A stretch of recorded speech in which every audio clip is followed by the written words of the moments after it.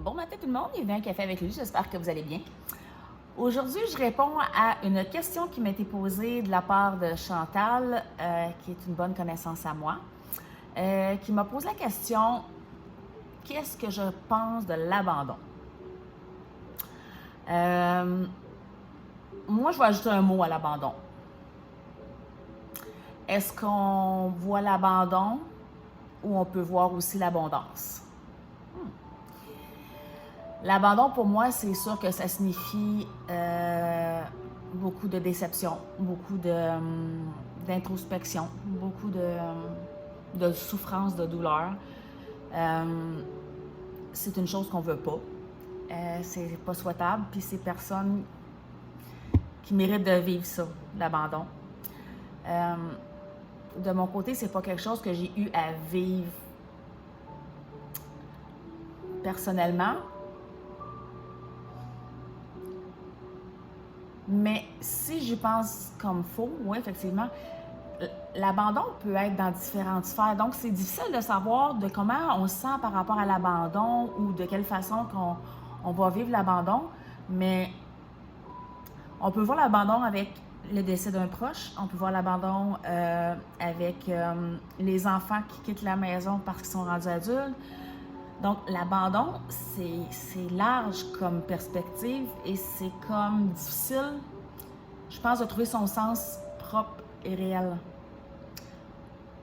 Moi, je vais vous dire, je viens de penser à ça, le mot abandon dans la sphère de ma vie personnelle, ce que ça a généré, c'est un changement, un virage 360, littéralement.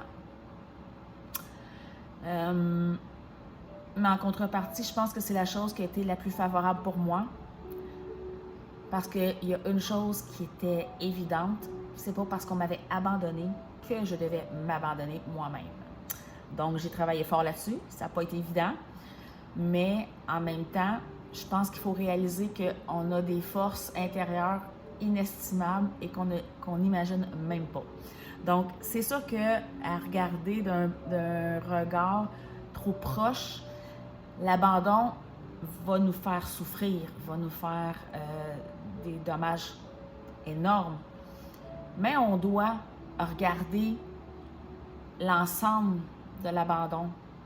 Parce que on peut toujours aussi le ramener, cet abandon-là, en se choisissant, en décidant que l'abandon, c'est une chose, mais de savoir qu'en personne, chaque personne peut s'offrir de rester en fusion avec elle-même, pas avec personne. C'est sûr que quand on fusionne avec quelqu'un, les risques d'abandon est là. On prend la décision, on prend des risques, c'est comme ça. Mais transformez votre abandon pour une abondance personnelle, que ce soit au niveau de la santé, au niveau de vos relations personnelles, amis, sociales, peu importe. Je pense que de vivre des choses difficiles, ça fait partie d'une démarche dans la vie, ça fait partie d'un processus de vie, mais ça fait surtout partie d'un cheminement personnel. C'est ce que j'aurais tendance à dire. Donc, je ne sais pas si ça répond à ta question, Chantal, mais pour moi, l'abandon, c'est très, très large. Mais une chose que je sais, de mon côté, ça a été dur de ne pas m'abandonner à un moment donné. Mais comme j'ai toujours gardé en tête, le temps est maître de tout, et j'y crois encore plus que jamais à cette phrase-là, et c'est quelque chose qui me parle énormément depuis plusieurs années, mais encore plus depuis les 3 dernières. Donc, merci à tout le monde d'être là. Je suis reconnaissante de votre présence, de voir l'intérêt que vous portez à mes capsules. Ça me touche profondément et sachez que quand vous me laissez un commentaire, je prends le temps de les lire et de vous répondre personnellement parce que pour moi, c'est un respect que je vous porte. Vous avez une belle intention envers moi et moi, je viens d'avoir une belle envers vous autres aussi. Donc, merci encore d'être là. C'est très apprécié, très agréable.